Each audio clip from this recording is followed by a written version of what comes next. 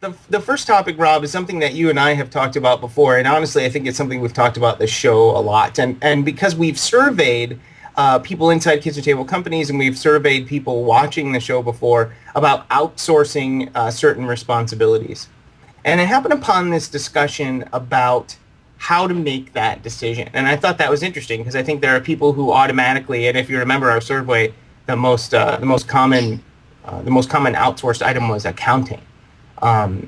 So I think what I discovered in reading what I was reading, and I wish I could remember exactly where it came from, was makes sense to have the discussion about your strengths internally. And I guess what I mean by that is, what do you guys do best? What's your company, or what is the product that you produce? What part of it's most integral to that product that you guys do in-house? And I know it almost sounds self-explanatory, but I think there's a chance that people sometimes forget.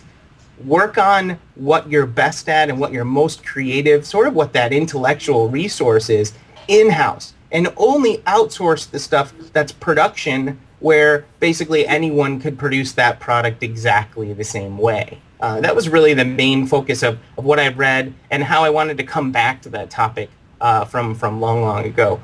What do you think, Rob? Do you have any ideas for that? Well, I guess I couldn't agree more. I mean, that accounting happens to be the first thing that we outsource, accounting and payroll, because it's just not a skill set that I, possess it capable of. Yes, I could take care of some of the things, but it's not something that I wanted to be in charge of or taking up my time, because it would take so much more of our time. So on the operations side, one of the first things that I told Chris was, I'm not a CFO, so let's make sure that most important task kind of gets outsourced and taken care of, and then we can talk about we can focus on the things that matter to us right now.